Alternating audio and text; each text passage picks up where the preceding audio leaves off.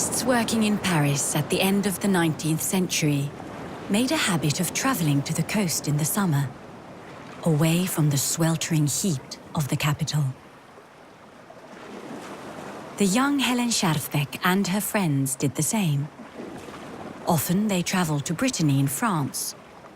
But in July 1887, Scharfbeck left Paris to spend the summer in Cornwall, in England.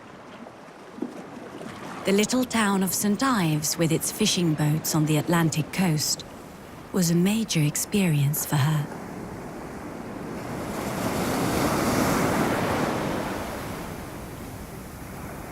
There are thousands of things to paint here, Scharfbeck wrote to her friend Maria Wieck, and decided to stay on in St. Ives for the autumn and winter.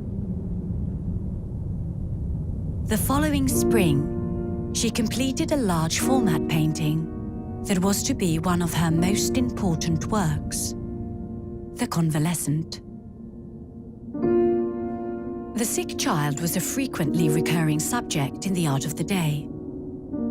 Scharfbeck's painting, nevertheless, mainly tells us about recovering from illness, about the return of vitality and a new beginning, about the joy we feel after an illness or a long winter, when we begin to believe in recovery, in the coming of summer, and in the future.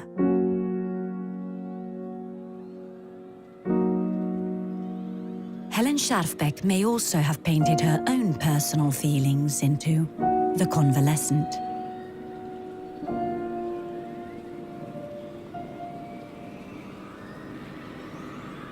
When the work was shown in the Paris Salon in the spring of 1888, it was titled Première Verdure, the first greenery. The response to the painting in France was positive, but in Finland it met with a mixed reception.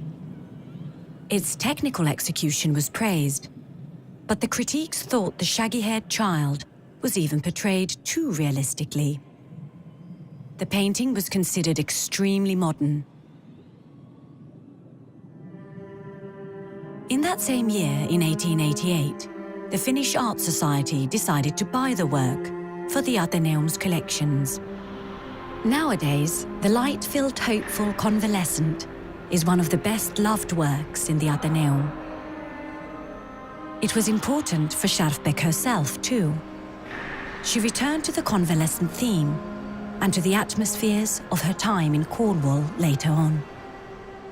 When she was 75, Scharfbeck made several small works on the theme in graphic techniques, half a century after completing the painting.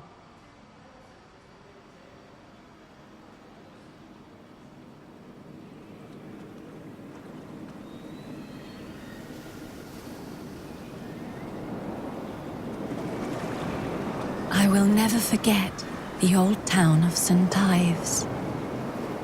The dried brown grass on the sand dunes. The yellow and white houses. The blue sea.